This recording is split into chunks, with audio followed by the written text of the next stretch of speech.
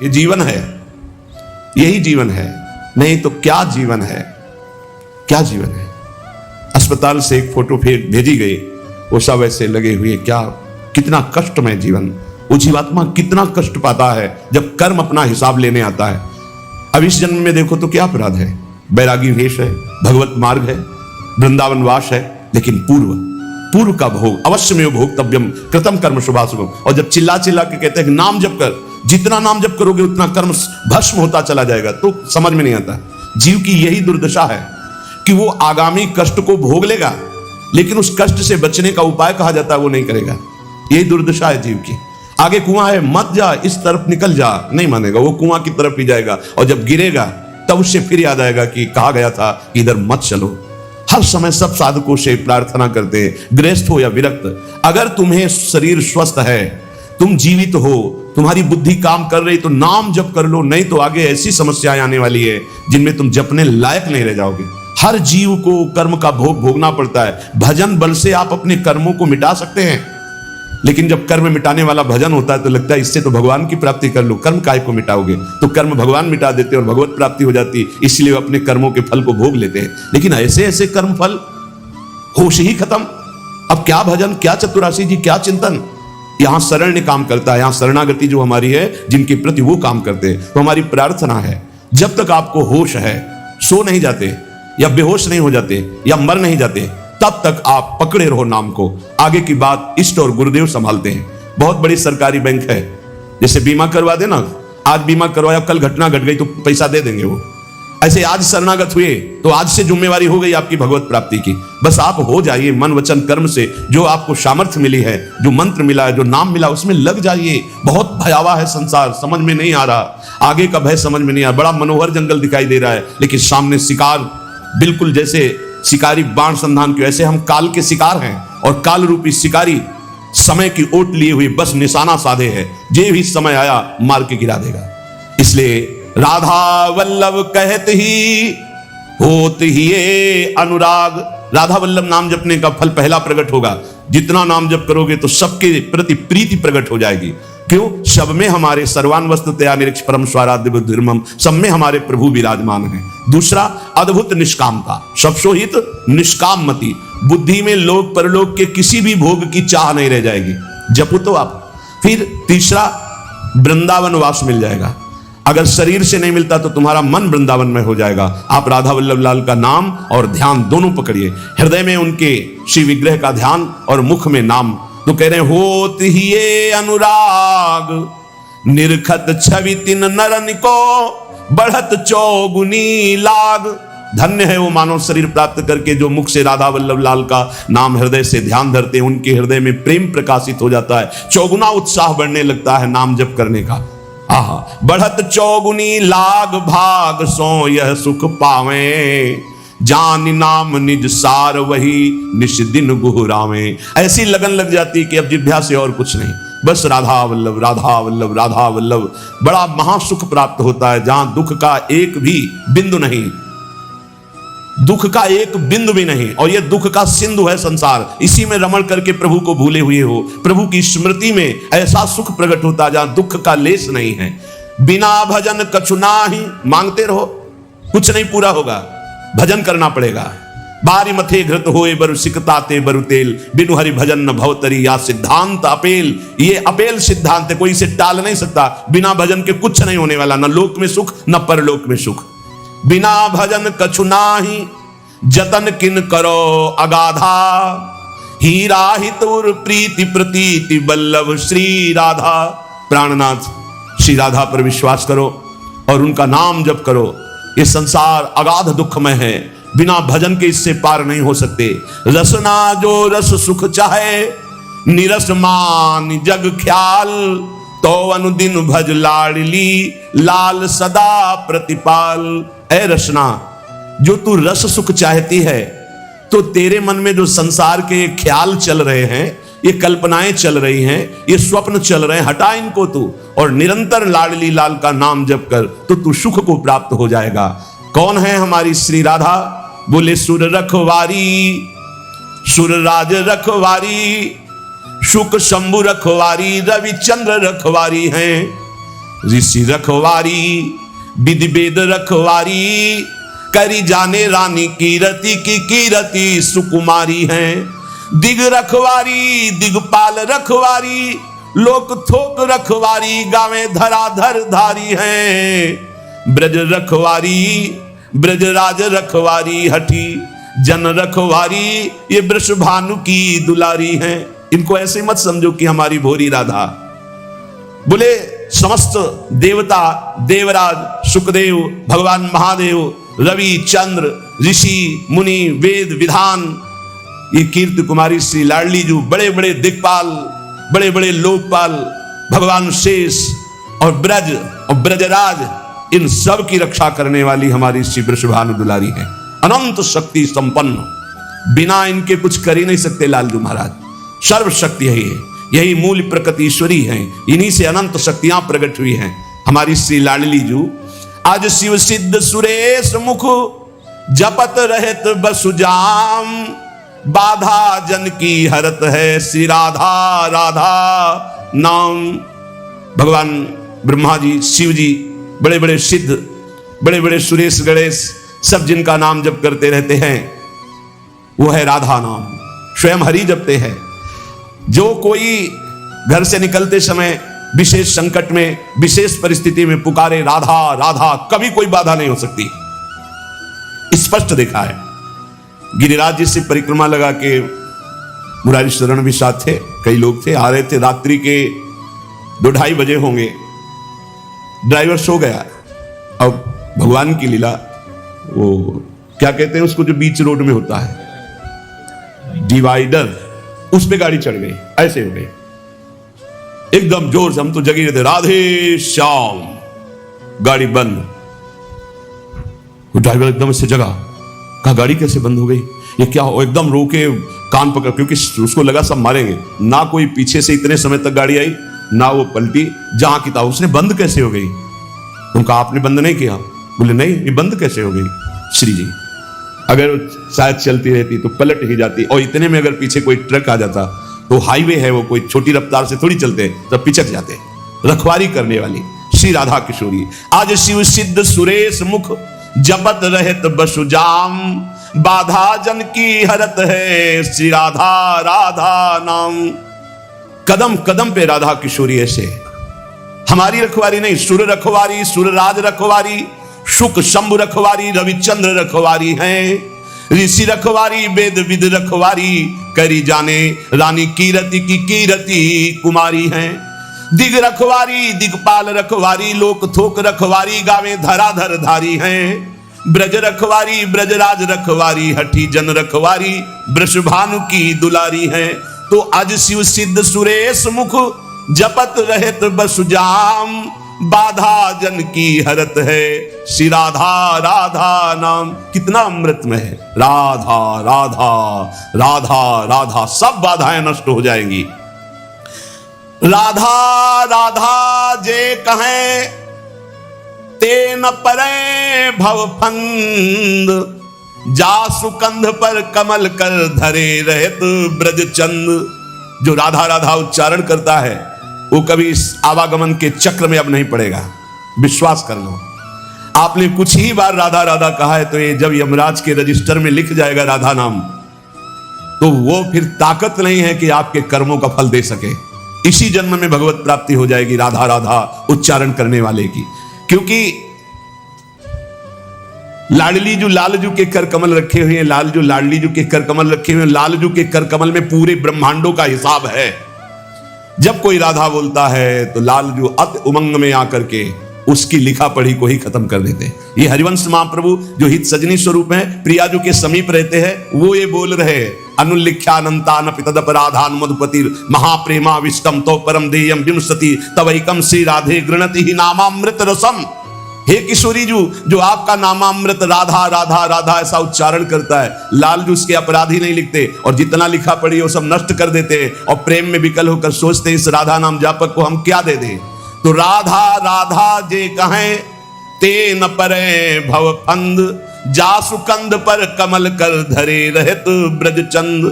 राधा राधा कहत हैं जे नर आठो याम, ते भव सिंधु उल्लंघिक बसत सदा ब्रज धाम। इसलिए हरदम याद किया करी राधा की दर्द निदान हरेगा। मेरा कहा न खाली ये दिल आनंद कंद ढरेगा। ऐसा नहीं जहां बिच कोई लंगर लोग लरेगा। सहचरी शरण शेरदा बच्चा क्यों गजराज डरेगा। हे श्री किशोरी जी के शरणागत का मतलब समझ। जुगल जोरी के जगत जाहिरा अंगी। जगत जानता है कि सहचरी शरण प्रिया प्रीतम के अंग संगी हैं। अब कोई हमसे तकरार मत करो, तर्क विवाद की गुंजाइश नहीं रह गई, क्योंकि मेरी निष्ठा तर्क विवाद से परे है। तुम्हारे तर्क विवाद से परे हमारी निष्ठा है। युगल निष्ठा हमारे प्राणों में बस गई। अब तकरार की जरूरत नहीं। मतलब नहीं फरिश्तों से हम इश्क दिला दे संगी। सहचरी शरण रसिक सुल्तावर मेहरबान रसरंगी। रसरंगी श्री लालजू महाराज, रसरंगी श्री प्रिया जी। जब प्रियालाल हमारे ऊपर मेहरबान तो हमें किसी देवता से किसी शक्ति से हमें कोई संबंध नहीं। हमसे तकरार मत करो। हम युगल सरकार की निष्ठा वाले, कोई समझे या ना समझे सबसे हमारी समझ भली। ठाकुर नंद किशोर हमारे ठकुराइन वृषभांगनी। श्री जी ने समझाया, समझ के बोल रहे। हरिजू ने जो रस पिलाया है उसे पी के बोल रहे हैं। अब जो कृपा पात्र जन हैं वो निहाल हो जाएंगे, नहीं तो अहंकार की तकरार की छतरी लगाकर इस वर्षा के रसास्वादन से भींजने से वो वंचित रह जाएंगे। ये वर्षा होती भगवान के अवतार काल में भी होती, लेकिन सब परम पद थोड़ी चले जाते। जब भगवान का अवतार होता तो सब परम पद नहीं जाते। नहीं, कोई विशेष ही कृपा पात्र उस समय उनको भगवान देख पाता है। नहीं, भगवान को नहीं भगवान मान पाए, भगवान को नहीं भगवान देख पाए, फिर संत महात्माओं की बातों पर विश्वास, ये तो भगवत कृपा पात्रों को होता है। गजब का तर्क। अब तकरार करो मत यारो। कहा जब तत्व एक है तो आप राम और राधा को एक मानते हैं? पक्का तत्व में एक। लेकिन लीला में महाराज राम जी के पसीना आ जाता है जब जानकी जी को फूल बगिया में देखते हैं। जनक जी की फूल बगिया में जब पहली दृष्टि जाती है तो जानकी जी के रूप का इतना भार पड़ता है कि अति सुकुमार लाडले रघुनाथ जी के माथे पे पसीना आ जाता है। कुछ बक्सर वाले मामा जी पद में रचना करके बोलते थे कि काहे आवल्ला हो भाल पे पसीनवा हो लाल। बोले अगान का महीना है, कोई जेठ का महीना नहीं है। और महाराज लाडले राजकुमार हो, फूल चुनने आए हो, ये पसीना काहे पे है? बोले हमारी बहन जी के रूप का प्रभाव। मामा जी कहते थे बक्सर वाले कि हमारी जानकी बहन के रूप का प्रभाव पड़ा, जीजा जी तुम्हारे होश खराब हो गए, माथे पे पसीना आ गए। ये तो बहुत मर्यादा पुरुषोत्तम की लीला है। और इधर कहीं मधुपुरी के इधर आ जाओ ब्रज में, अरे महाराज वेणुकरान्य पतिता स्खलितम शिखंडम भ्रष्टम च पीतवसनम ब्रजराज सुनो। बोले ऐसा कैसे हो गया? बोले यस्या कटाक्ष सर्पात विमूर्छितस्य ताम राधिकाम परिचरामि कदारसे। हम का तत्व में तो एक ही है, पर जब लीला में उतरेंगे महाराज तो हमारे यहाँ महावर रचना लालजू महाराज करते हैं। हमारे यहाँ चापत चरण मोहन लाल कुंवरी राधे पलंग पौड़। राधा तत्व को जानना बहुत बहुत, जब हरिजू कृपा करे तब राधा नाम में प्रीति हो, जब राधा जू कृपा करे तब तत्व का परिचय स्वयं जाने जे देव जनाई। जिसे किशोरी जो परिचय देना चाहती उसे अपनी सहचरी का सानिध्य प्रदान कर देती। तो श्री सहचरी शरण जी महाराज कह रहे अब तकरार करो मत यारो। लगी लगन चित चंगी, चंगी लगन लगी है, तुम्हारे तकरार से कोई फर्क नहीं पड़ने वाला। जीवन प्राण जुगल जोरी के जगत जाहिरा अंगी। जगत जानता है कि सहचरी शरण प्रियालाल की आसक्ति से युक्त है। मतलब नहीं फरिश्तों से हम इश्क दिला दे संगी। हमने अपना दिल दे दिया, प्यार कर बैठे। किससे? बोले श्यामा श्याम से। सहचरी शरण रसिक सुल्तावन मेहरबान रसरंगी। रसिकों के सिरताज रसरंगी श्री प्रियालाल मेहरबान हैं, तो अब किसी के तकरार की जरूरत नहीं। कुंज बिहारी लाल मजे जन कीजिए। लोग कहते हैं चलो मौज लेते हैं, मस्ती लेते हैं। हे नरक में मौज लेते, नरक में मौज, दुखालय में मस्ती। अरे मस्ती ले ली, मौज ले ली तो आओ कुंज बिहारी लाल की शरण में, जहां काल की भी दाल नहीं गलती। अखंड मस्ती, अनंत काल तक के लिए उन्माद अवस्था भरा प्रेम, निरंतर उनका सानिध्य। भवभय भंजन भीर सुदारू दीजिए। दारू जानते हो किसे? मादक वस्तु को कहते हैं, आसों को कहते हैं। हे भवभंजन भीर हटाने वाले प्रभु, अपने नाम का खुमार दीजिए, अपने रूप का आसो पिला दीजिए, अपने लीला गुणगान का नशा दे दीजिए। आशा बसन व्यसन याते नहीं, रघुपति चरित्र हो ता सुनई। आपके चरित्र सुनने का नशा, आपके नाम जपने का नशा, आपके लिए प्राण बलिदान करने का शौक उत्पन्न कर दीजिए। चरण कमल की सौह और नहीं ठौर है, सहचरी शरण गरीब करो किन गौर है। मुझ गरीब की तरफ देखो हे कुंज बिहारी लाल, मेरे लिए आपकी शरणागति के सिवा और कोई ठौर नहीं है। सरल स्वभाव शील संतोषी, जीव दया चित चारी, काम क्रोध लोभाद विदा कर समुझ बूझ अवतारी। कह रहे कि सरल स्वभाव बनाओ अपना, छल कपट हटाओ, बहुत ही विनम्र, हृदय में संतोष धारण करने वाला, समस्त जीवों पर दया करने वाला और चित्त को निरंतर युगल सरकार से जोड़ने वाला। काम क्रोध लोभ पर विजय प्राप्त कर लेता है। ये काम क्रोध लोभ क्यों आक्रमण करते हैं? अहंकार के कारण। अहंकार अभी दैन्यता में बदल जाए तो आएंगे ही नहीं। ये दंड विभाग है। जब हम अहंकार करते तभी काम को, नारद जी ने अहंकार किया, काम ने परास्त कर दिया।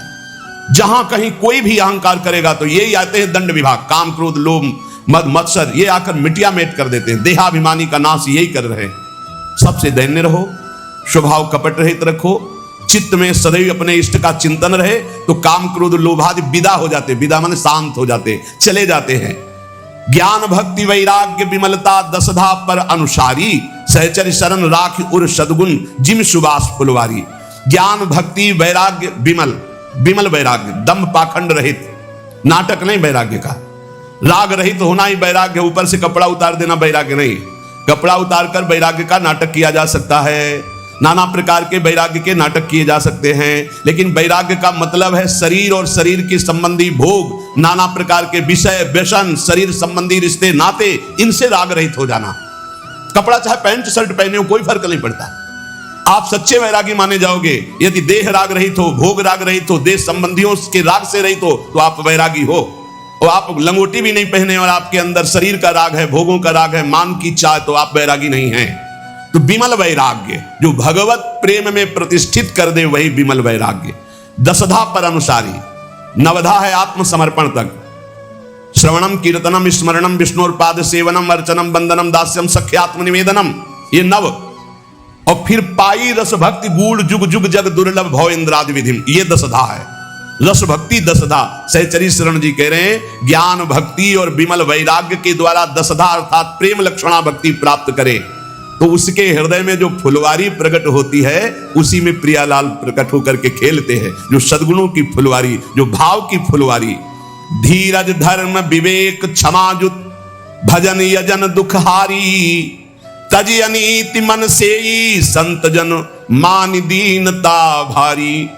धैर्यवान होना चाहिए, किसी भी दुख में विचलित नहीं होना चाहिए, और अपना धर्म जो है उसे समझना चाहिए। किसी के भी प्रलोभन में आके धर्म नहीं त्यागना चाहिए। ये बहुत से ऐसे अज्ञानी लोग हैं कि अपने सनातन पद्धति को न जानने के कारण दूसरों के द्वारा दिए हुए प्रलोभनों में आकर अपने धर्म का त्याग कर देते हैं। इनकी दुर्गति होगी।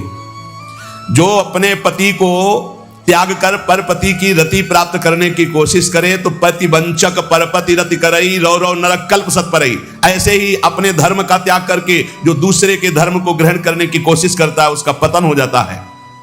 भले अपना धर्म अपने लिए दूसरों के सामने हमें लगे कि छोटा है, तो अपना छोटा धर्म ही अपने लिए महान हो जाएगा।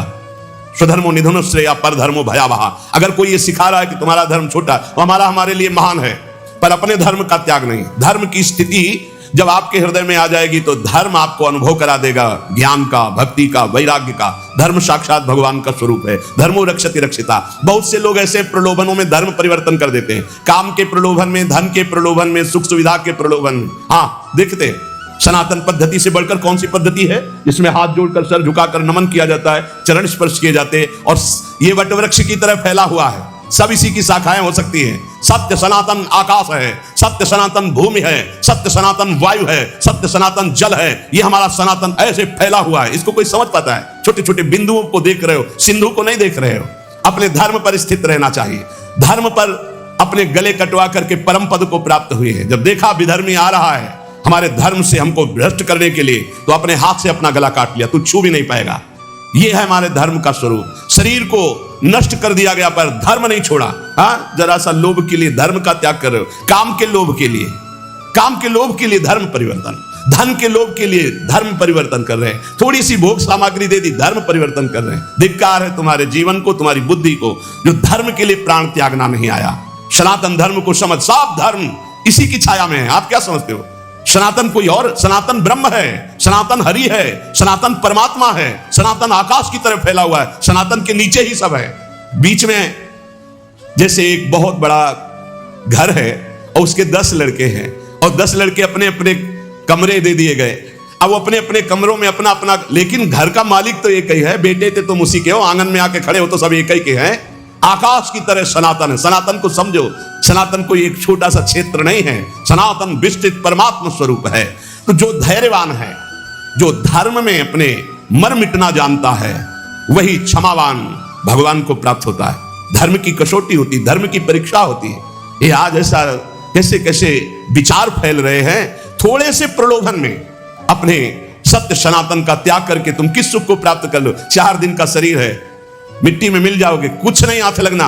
अपने भगवान श्री हरि से बढ़कर, प्रभु श्री राम से बढ़कर, श्री कृष्ण से बढ़कर, इन भगवान नामों से बढ़कर के कौन शांति प्रदान करने वाला है? अगर कोई है तो उन्हीं के दास हैं। वो ईश्वर सबको शांति दे, वो ईश्वर इनको क्षमा करे। कौन? वो कौन? वो सनातन, वो सत्य, वो परमात्मा, वो ईश्वर। उसके दास हो सकते हैं लाखों, लेकिन वो एक है, अनेक रूपों में वो सबको संभाल रहा है। आप अपने धर्म को समझने की कोशिश करें, धैर्य पूर्वक अपने धर्म में प्राण त्यागने की इच्छा रखें। ये सनातन सत्य धर्म परमात्मा स्वरूप है। अगर हमें अपने धर्म में प्राण भी त्यागना पड़े तो संत प्रशंसते ही, सदैव संत उसकी प्रशंसा करते हैं जो धर्म के लिए अपने प्राणों का त्याग कर देते। ये आज विषयी स्वभाव बन चुका है। चंद रुपए, चंद भोग सामग्री, धर्म परिवर्तन।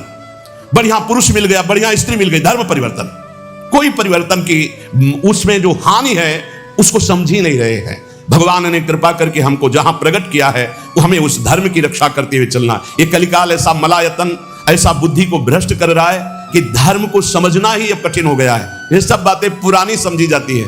इसलिए बहुत सावधान, अपने धर्म में प्राण त्यागने पर भगवान की प्राप्ति होती है।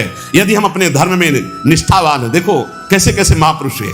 विधर्मी कह रहा है इस धर्म को स्वीकार कर, थूक दिया मुंह पे है। तू क्या समझता है? राम राम राम, सीधे चौराहे पे खड़े करके आरा चलाया जा रहा है, राम राम राम, भगवान को प्राप्त हो।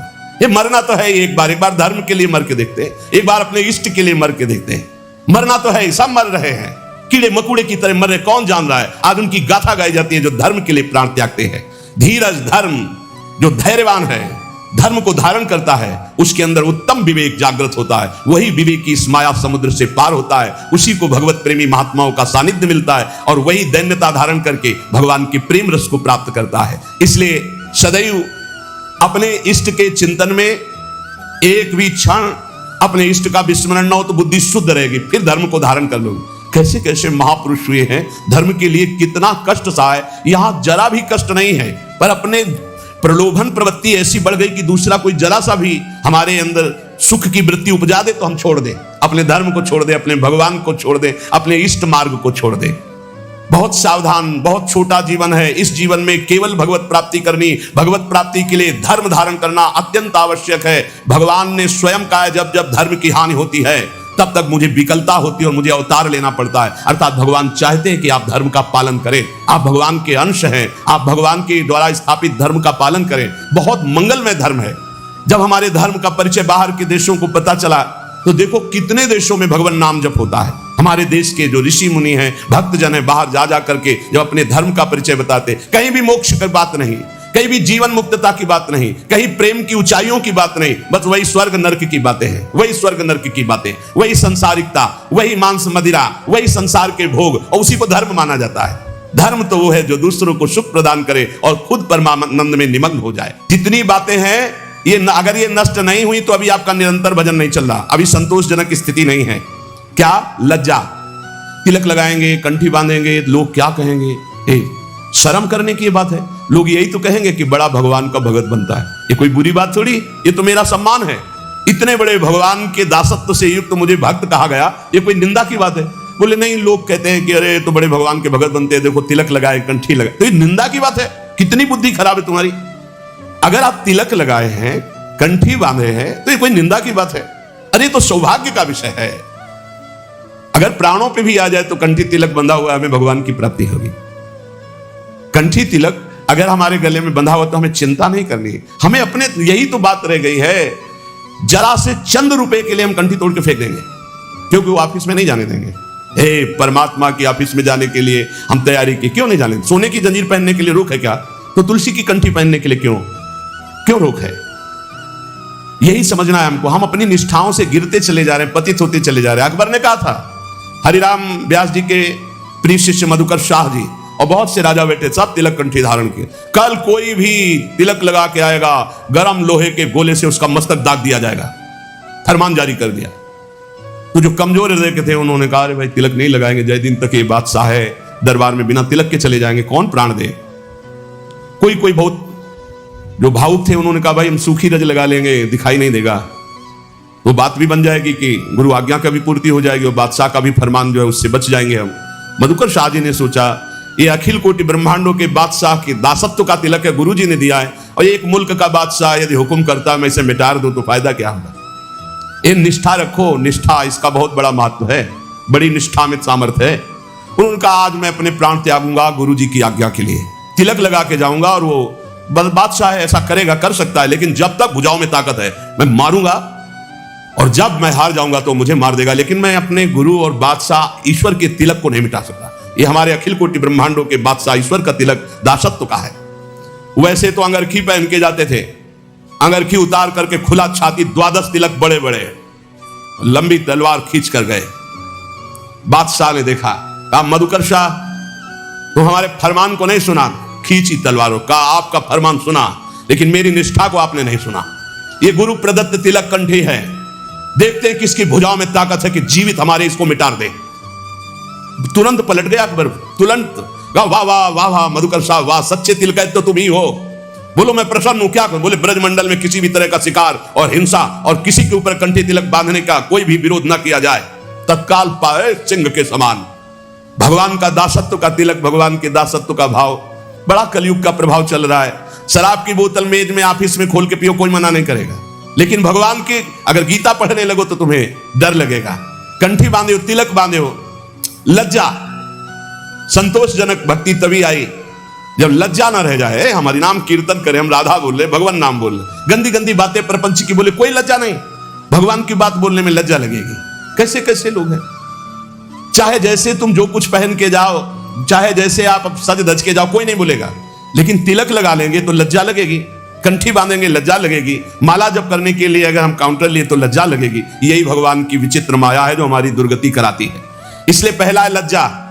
भक्ति में न लाज तीन लोकन की, 3 लोगों की लाज नहीं, मृत्यु लोक की तो बात जाने दो, नहीं लाज करनी चाहिए। ठसक से लगाओ रज, जो होगा मंगल होगा, भगवत मार्ग के पथिक है, सब जगह से हटा दिए जाएंगे तो ऐसी जगह खुल जाएगी जहां मंगल हो जाएगा। कानपुर जिले में नरवल है, बहुत गरीब ब्राह्मण थे, अपनी निष्ठा से रहते थे, प्रसिद्ध थे वो निष्ठा से। आज अष्ट धातु का मुरली मनोहर जी का मंदिर बना है अंदर, और बड़ा विशाल बाहर जो अन्य उससे अष्ट धातु का मंदिर, अष्ट धातु के ठाकुर, और ऐसे कीर्तन और सब चलता रहता। उन्हीं के घर में खुदाई में न जाने कहां से कितना धन निकला, सब वैभव ही वैभव। जैसे पीली मिट्टी ऐसे सोने की खाने हैं इस पृथ्वी पे, सोने की, चांदी की, रत्नों की, हीरा जवाहरात की, उसके भरोसे रहो। धनी हो जाना कोई बड़ी बात है क्या? जब सब रास्ते बंद हो जाते तो एक रास्ता खुला होता है परम धनी का, पर वो रास्ता पता नहीं होता, इसलिए सब परेशान होते हैं। अगर उस महाधनी का रास्ता मिल जाए तो तुम निहाल हो जाओगे, निहाल हो जाओगे। बड़ी अलौकिक उसकी, बड़ी अलौकिक उसकी रीति है देने की, बड़ी अलौकिक रीति है। उसे गांव में कहते हैं, गांव की भाषा में, कि देता है तो छप्पर फाड़ के देता, नहीं कहते ना, जब ऊपर वाला देता है तो छप्पर फाड़ के देता, ऐसा ही कुछ देता है, पक्का समझ लो। लज्जा मत करो कि हमारी अगर ये तिलक कंठी और ये सब, और अगर हम ये लगाएंगे तो फिर क्या होगा। वो बादशाह देख रहा है अनंत ब्रह्मांडों का, अरे इतना तो कितना सुंदर लगता है जब भगवान का तिलक लगा करके कोई नाम जप करते दिखाई दे, लगता है इसकी चरण रज माथे पे रख ले, वो पावन दिखाई देता है। भगवान का तिलक नहीं है, दुनिया की ओर भव मनवाए घूम रहे हो, तो इससे कोई सुंदरता है क्या तुम्हारी? इससे सुंदरता नहीं। दुनिया के चाहे जितने भी श्रृंगार कर लो, जब तक तुम्हारा ब्रह्मचर्य ठीक नहीं, चरित्र ठीक नहीं, भजन ठीक नहीं, तो तुम्हारे चेहरे पे आकर्षण नहीं होगा, पक्का। बहुत बुरा लगता है चेहरा, जो विषयी चेहरा होता है ना, पाप करने वाला, पापाचरण वाला, वो चाहे जितना पाउडर थोप ले, चाहे जितनी भौं बनवा ले, दूर से दर्शन में सुख नहीं मिलता। और जो सात्विक चेहरा होता है, शत्रुगुण भजन परायण है, वो भले कैसे भी हो, उनकी दर्शन में सुख होता है, आत्म सुख होता है। इसलिए लज्जा का पहला त्याग होता है। दूसरा घृणा। हम ये कहते हैं कि जो गलत आचरण करते हैं हमें उनसे घृणा नहीं करना है। अगर उनके गलत आचरण छूट जाए तो बहुत अच्छे हो सकते हैं। शराबी की शराब छूट गई तो शराब घृणा योग्य थी, शराबी थोड़ी था। शराब छूट गई, बहुत अच्छा आदमी हो गया। मांस खाना छूट गया, बहुत अच्छा आदमी हो गया। वो चोरी करना छोड़ दिया, बहुत अच्छा आदमी हो गया। हमें घृणा नहीं करनी, हमें प्रीति करके जिनसे घृणा करवानी, उन पदार्थों से, उन क्रियाओं से, उन वस्तुओं से घृणा करा के उसे महान बनाने का रास्ता देना। भक्त कभी किसी से घृणा नहीं करता, वो उन कारणों को छुटवाता है जिससे वो घृणा का पात्र बन रहा है। तो वो तभी छूटेगा जब हमारी प्रियता होगी उस पर। सब जीवन शोक प्रीति। तीसरा है कुल। कुल का अहंकार नहीं होना चाहिए, इससे कुछ नहीं होता। जो कुलाभिमानी है, जाति अभिमानी है, इससे कुछ नहीं होने वाला। ये संस्कृति आवागमन का हेतु ही है, जाति अभिमान है, कुल अभिमान है। अपने धर्म का पालन करो, अभिमान मत करो। सबके समान पांच भौतिक शरीर हैं, सब में समान भगवान का अंश विराजमान है, अलग अलग सेवाएं, अलग अलग व्यवहार है, लेकिन आप घृणा मत करो, आप अभिमान मत करो अपने ऊपर। जाति पाति कुल कल्म धर्म व्रत संस्कृति हेतु अविद्यानाशी। सेवक जी महाराज कह रहे सेवकवाणी में, यह अज्ञान है, यह अविद्या है। यदि जाति पाति कुल आदि का अभिमान करे तो यह अविद्या है, आवागमन में फंसा देगी। उसके हृदय में मान की लालसा खत्म हो जाती है। जो निरंतर भगवत भजन करता है वो सभी मान प्रद आप अमानी। कोई उसको प्रणाम करे तो अच्छा नहीं लगता, लेकिन वो दूसरों को प्रणाम करने में बहुत सुख का अनुभव करता है। दूसरे को सम्मान देना, दूसरे को प्रणाम करना, सबसे छोटा अपने को मानना, ये भजन करने वाले का लक्षण होता है। और देह भाव, ज्यादा देह प्रियता नहीं होनी चाहिए। देह भगवत सेवा का पात्र, इसलिए इसे संभाल के तो रखना है, क्योंकि अपने लोग वैष्णव हैं। भगवत सेवा इसी शरीर से होती, भजन इसी शरीर से होता है, हम कीर्तन इसी शरीर से करते हैं, संत सेवा गुरु सेवा इसी शरीर से होती, इसलिए इस शरीर को हम प्यार करते हैं। लेकिन हमारा प्यार मैं शरीर हूं इस भाव से नहीं, ये शरीर प्रियालाल की सेवा का पात्र है, इसलिए शरीर से ज्यादा प्रियता रखना ये दोषों को जन्म देने वाला है। जहां हम इस पर अभिमान करते हैं मैं पुरुष तो स्त्री आकर्षण, जहां हम अभिमान करते हैं मैं सुंदर तो नाना प्रकार के दोष। देहाभिमान ही संस्कृति का मूल चक्र है। देह को प्यार करना है, लेकिन ये भगवत सेवा पात्र है, ये मानकर, ना कि मैं मानकर प्यार करना है। गेह घर, जैसे हम मंदिर में रहते हैं ऐसे हम घर में रहते हैं। घर श्री ठाकुर जी का है, हम सेवा भाव से वहां विराजमान। मेरा घर नहीं, इसलिए भक्तजन अपने घरों का नाम रखवा देते हैं। प्रिया कुंज, राधा केली कुंज, गोपाल भवन, कृष्ण सदन, ऐसे नाम रखवाते। ये प्रभु का मकान। किसका मकान? बोले प्रिया कुंज है, ये प्रियाजू की कुंज है। आप कौन है? प्रिया कुंज के सेवक हैं। नाथ सकल संपदा तुम्हारी, मैं सेवक समेत सुतनारी। और भोग, जितनी भोग सामग्री हो सब प्रभु के भोग के लिए, हम तो प्रसाद पाने वाले हैं। और ऐसा भक्त मोक्ष की भी अभिलाषा नहीं रखता। अपने प्रियतम के प्रति पूर्ण सब कुछ न्यौछावर करके उसको दिव्य भाव की प्राप्ति होती है। सब कुछ प्रभु को समर्पित कर दिया तो क्या मिला? दिव्य भाव। भाव में डूबा हुआ, भावोत्सवेन भजताम रस काम धेनुम, भाव में डूबा हुआ है, दिव्य दिव्य भावनाएं कर रहा है। प्रियाजू को कभी भोग लगा रहा है, कभी झूला झुला रहा है, कभी प्रियाजू को स्नान करा रहा है, कभी श्रृंगार करा रहा है। बड़ी भावनाओं में सुख वृत्ति, ये फल मिलता है सर्वस्व समर्पण से। भक्त के काम क्रोध और अभिमान ये सब दिव्य हो जाते हैं। बड़े बड़े जीवन मुक्त मुनियों के लिए भी जो दुर्लभ है, वो रंग रंगीले छैल छबीले प्रभु के प्रेमियों के अलग ही रास्ते हो जाते हैं। इनको क्रोध भी आता है प्रभु पे, ये गुस्सा भी करते हैं, क्योंकि इनके प्रभु है ना। जैसे ग्वारिया बाबा सखा भाव से, जा अगर मेरे बिना तेरा काम चल जाता है तो तेरे बिना मेरा भी काम चल जाए। जा, आज से न तेरा भजन करेंगे न तेरी बात करेंगे। ये अंदर की बात। कोई संत भजन करते रोक देते, अरे काहे को भजन करते हो, बड़ा निष्ठुर है, 20 वर्ष हो गए भजन करते हुए, आज सामने नहीं आया। पर सब जानते थे कि बाबा बड़े भाव वाले, आज पता नहीं कौन सा भाव ठाकुर जी के ऊपर है कि ये बरस रहे ठाकुर जी के ऊपर। शाम तक न खाना न पीना, ऐसे ही बस नाराज है ठाकुर जी से। तो ऐसे सिद्ध पुरुष का कैसे चिंतन चल? वो कह रहे भजन नहीं करेंगे, एक क्षण भी भजन का ताता नहीं टूट रहा है। आएगा ना तो बात नहीं, पक्का आएगा, हमारे बिना रह नहीं सकता। और आएगा तो बात नहीं करेंगे, बोलेंगे नहीं, छुएंगे भी नहीं, देखेंगे भी नहीं, तो तेरे बिना चल जाता है ना। मैं नहीं बोलूंगा। सामने ठाकुर जी भाव में उनके, एक क्षण भी ठाकुर जी से बिलग ले और कह रहे थे कि मैं भजन नहीं करूंगा तुम्हारा। शाम के ठाकुर जी पीछे से आवाज, ए सारे ग्वारिया। बाबा 60-70 वर्ष के थे। ऐसी मेघ गंभीर वाणी, ये तो मेरे यार की वाणी। पीछे मुड़ के देखा, कमर में हाथ रखे वही ठसक, तिरछी चितवन, पीतांबर, अनंत बिजलियों की सी कांति चमक रही पीतांबर। लालू महाराज फेट में मुरली। ए ग्वारिया, तू नाराज है? अरे मेरा यार, दौड़ पड़े, गले लगाया, एक फिर एकदम याद आया, फिर मान धारण हुआ। ये हमने तो नियम लिया था, इसको देखेंगे नहीं, बोलेंगे नहीं, बोल भी दिया, गले भी लगा दिया, चलो, पर अब नहीं, चल दिए। ठाकुर जी पीछे से अचला पे, ए बाबा, इतनी व्याकुलता तुमने कभी नहीं की, इसलिए मैं नहीं प्रगट में मिला, आज व्याकुलता की याद मिल गया, आज से पक्का वादा करता हूं जब बुलाओगे तब आ जाऊंगा। बाबा नाराज मत। ऐसे भक्तों के पीछे, भक्तों का क्रोध भी अपने ही आराध्य देव के प्रति होता है, काम भी अपने आराध्य देव के प्रति होता है, लोभ भी आराध्य देव से, सब विकार भगवत स्वरूप हो जाते, दिव्य हो जाते हैं।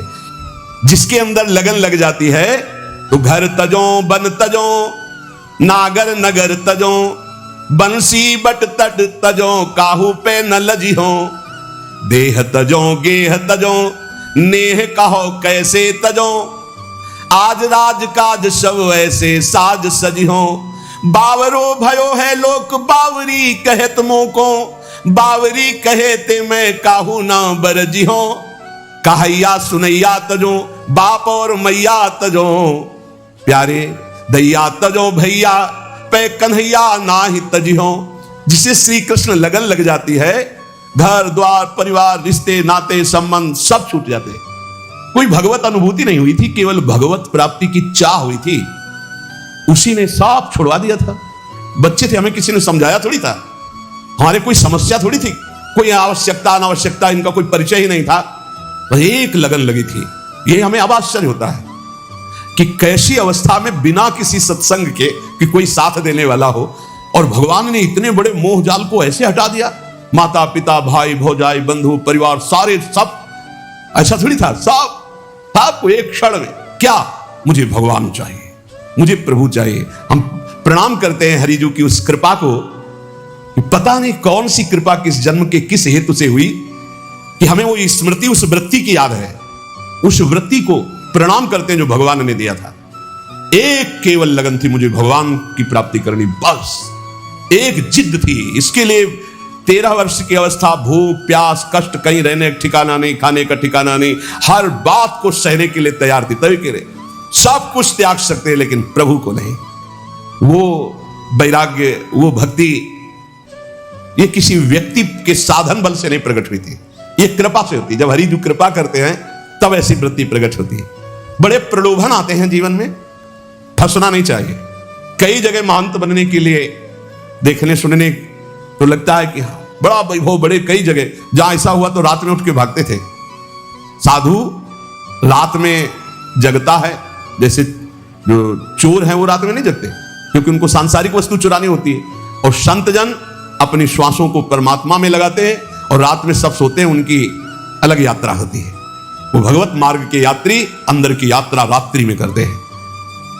जागृति संयमी या निशा जागृति संयमी, संयमी रातों में नींद नहीं आती थी। 15-20 मिनट 30 मिनट ऐसा लगता था कई घंटे सो चुके, क्योंकि एक आग जल रही थी, एक आग जल रही। कैसे ब्रह्म साक्षात्कार हो, कैसे भगवत प्राप्ति। एक बलिहारी है उस वृत्ति की, वो केवल भगवान के द्वारा दी जाती है, वो केवल भगवान के द्वारा, वो किसी साधन से नहीं होती, भगवत प्रदत्त है जब मिलती। पूज्य पादुड़िया बाबा जी के अंदर ऐसी जागृत हुई कि प्राण त्यागने की इच्छा हुई। कैसे ब्रह्म का साक्षात्कार। अब ब्रह्म का साक्षात्कार नहीं तो जीवन किस काम का। यहां तक कि गंगा जी में अपने शरीर को विसर्जित करने की सोच ली, फिर सोचा क्या प्राण त्यागने से ब्रह्म साक्षात्कार हो जाएगा। मतलब एक ऐसी लगन लगती है तो सब कुछ छूट जाता है। कभी किसी को पता ही नहीं रहा कि जिंदा है कि नहीं, किसी को पता, ये तो वृंदावन में ये सब नहीं तो किसी को पता नहीं रहा।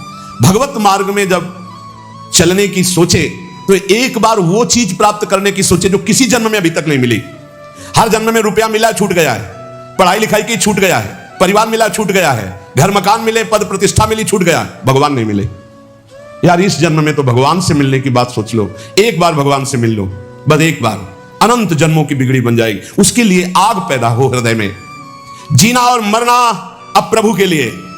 बड़ा मस्ती का मार्ग होता है, बड़ा मस्ती का मार्ग। फिर प्रभु भी आंख में चोली खेलते हैं। कोई कदम ऐसे आश्चर्य में, गंगा किनारे जा रहे, आगे ऐसे पपड़ी पड़ी हुई है, बिल्कुल सूखा दिखाई दे रहा है, भारी दलदल रबड़ी जैसा ऐसा।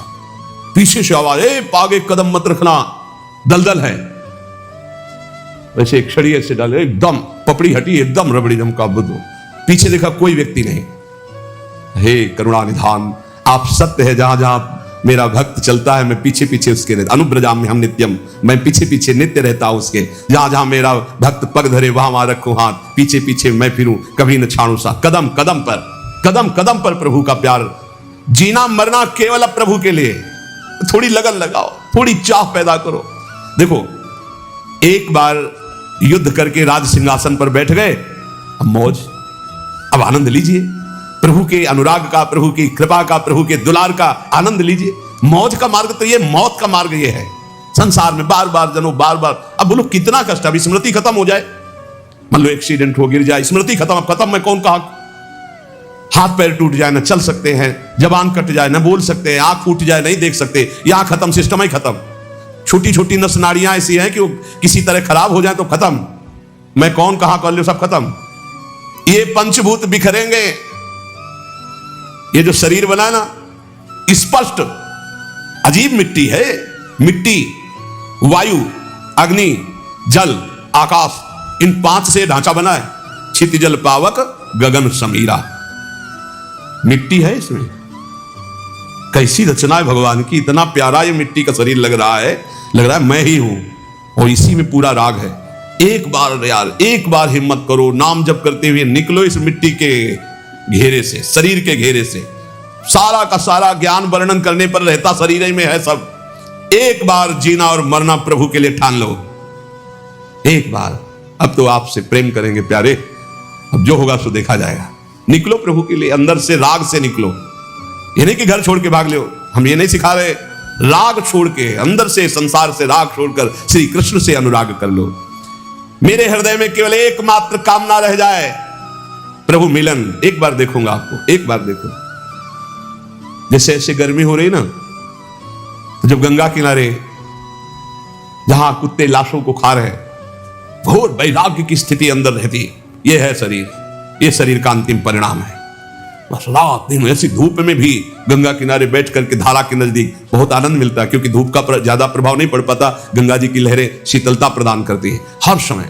इतना तो जरूर हम कहेंगे कि गंगा जी एक अद्वितीय है, गंगा जी एक अद्वितीय पवित्रता है, गंगा जी एक अद्वितीय मूर्तिमान ज्ञान और वैराग्य की धारा है, और यमुना जी अद्वितीय प्रेम प्रदान करने वाली भक्ति की, रस भक्ति की धारा है। देखो हमारा कितना महान देश है, जहां की नदियां भागवतिक सामर्थ्य प्रदान करने वाली है, जहां का जल साधारण नहीं, भागवतिक सामर्थ्य पक्का। ये अनुभव की बातें कह रहे हैं। गंगा जी साक्षात मूर्तिमान ब्रह्म द्रव है, तो यमुना जी साक्षात प्रेम है। ब्रजाधिराज नंदनाम बुदाब गात्र चंदना नुलेप गंधवाहिनीम भवाब्धि बीज दाहिनीम जगत त्रये सस्वनीम लसत सुधा पयस्वनीम, साक्षात ये अमृत है। ब्रजेंद्र सुनु राधिका हृदय प्रपूर्य माणय और महारसाब्द पूरयो रिवाति तीव्र। देखो हम गंगा यमुना के बीच में विराजमान। कैसे यहो भाग्य, अगर भगवत प्राप्ति नहीं हुई तो कहाँ प्राप्ति होगी। इसलिए इस जन्म को न्यौछावर कर दो प्रियालाल के चरणों में। उठते बैठते चलते फिरते हर समय नाम जप करो। किसी का किसी भी तरह से मन वचन कर्म से अहित ना होने पावे, नहीं तो हिसाब फिर देना पड़ेगा। जो हिसाब हमारे में आवे उसे भोग लो। हमारा कोई अहित करे तो चुप होकर के भोग लो, दूसरे का अहित मत करना, खूब नाम जप करना। अगर हमारी कोई ऐसी घटना भी घटती है तो उस समय भगवान शरणागत वत्सल हमारा परम कल्याण कर देते हैं। हमें हर समय नाम में रहना है, पता नहीं कब क्या हो जाए। बात बिल्कुल हमारे बात को समझिए।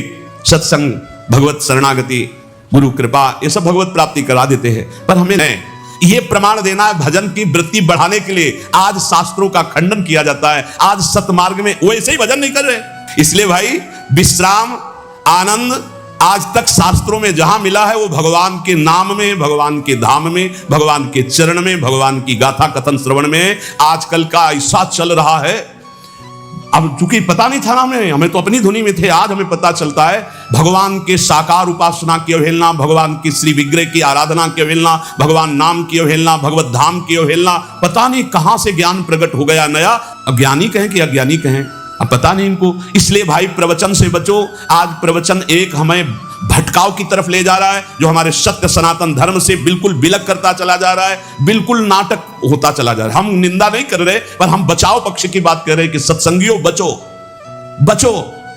आज केवल मनोरंजन हो रहा है, आज केवल दिखावे की बातें हो रही। कोई बिरला ऐसे जो भगवत मार्ग में चलना चाहता है, नहीं तो थोड़ी देर मनोरंजन हो जाए, चलो चलते हैं, तो बस। ये शास्त्र मनोरंजन के लिए नहीं, ये भगवत प्राप्ति के बहुत कीमती समय, बहुत शांत। तो इसलिए हम कहते हैं प्रवचन उपदेश संग बहुत संभाल के सुना जाए। जितने वेद पुराण शास्त्र सब वर्णन कर रहे हैं, आप उपनिषदों में पढ़ें, उद्गीत प्रणव जप का कितना महत्व है, अलग अलग जगह नाम जप का, ये वृंदावन महामहिम राधा नाम का कितना महत्व। तो इसलिए बहुत संभाल कर अपने कानों को रखें, खूब नाम जप करें। पक्का समझ लो, नाम जप के बिना किसी को भगवत प्राप्ति होना बहुत कठिन है। सतयुग में ध्यान से होती थी, त्रेता में यज्ञ से होती थी, द्वापर में पूजा से, कलयुग केवल नाम आधारा, सुमिर सुमिर नर उतरहि पार। श्री राधा वल्लभ।